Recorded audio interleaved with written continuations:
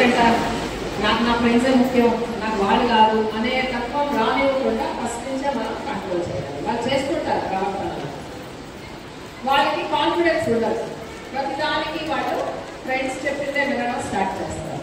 ఇలాంటివన్నీ మా ఫ్రెండ్ చెప్పాడు, మా ఫ్రెండ్ చెప్తే కరెక్ట్, నువ్వు చెప్తే రావు, నీకేం తెలియదు, ఇలాంటివన్నీ మాట్లాడడం స్టార్ట్ చేశారు అంటే వాళ్ళు పీర్ ప్రెషర్లో ఉండడం అనేది మనం గుర్తించాలి. సో మనం ఏం చేయాలంటే ఫస్ట్ ఆఫ్ ఆల్ గౌరవం అనేది దేని ద్వారా వస్తుందో అనేది మీరు చెప్పాలి. గౌరవం అనేది మనం వేసుకునే బట్టల్లో రాదు, మనం చేసే పనులలో వస్తుంది అనేది మీరు వాల్యూస్ అంటారు. దాన్ని మీరు పైకి తీసుకోవాలి. వాళ్ళకి అవగాహన ఇవ్వాలి.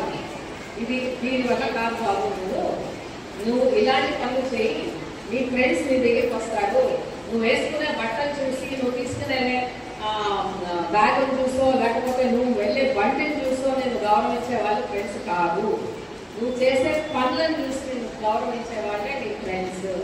ట్రూ ఫ్రెండ్స్ ఒక్కరున్నా చాలు, 10 మంది మనకు అవసరం లేదు అనేది మనం వాళ్ళకి చెప్తూ రావాలి. ఎప్పటి నుంచి? చిన్నప్పటి నుంచే చెప్తూ రావాలి. దానికి ఒక వయసు ఉండదు. జనరల్గా మనం ఏమనుకుంటాం, పెద్దోడైతే చెప్దాంలే అని. లేదు, చిన్నప్పుడే మొక్కకు ఎలా మనం వీలు వస్తాం అలా చిన్న పిల్లలప్పటి నుంచే మనం ఇవన్నీ మాట్లాడుతూ రావాలి. అప్పుడే వాళ్ళు జనరేషన్ గ్యాప్ కూడా ఉండదండి.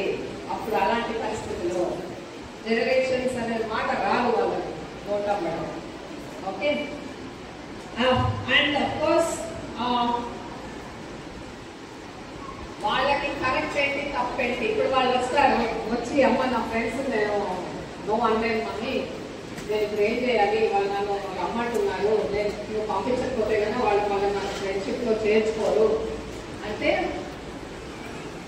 వాళ్ళకి మీరు ఏం నేర్పించాలంటే నో అనేది ఎలా, నో అని ఎలా చెప్పాలి కరెక్ట్గా అనేది నేర్పించాలి.